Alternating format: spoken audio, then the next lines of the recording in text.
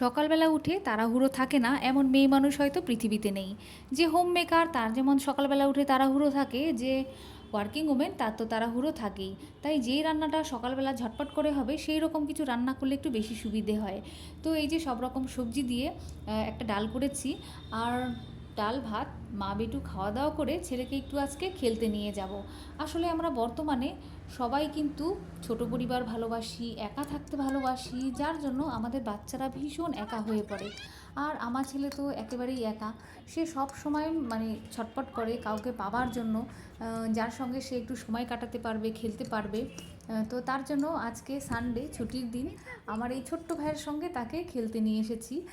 তো তার জন্য তার মন কিন্তু আজকে ভীষণ ফুরফুরে হয়ে আছে, আর তাকে এত হাসি খুশি দেখে আমারও মনটা বেশ ভালো লাগছে।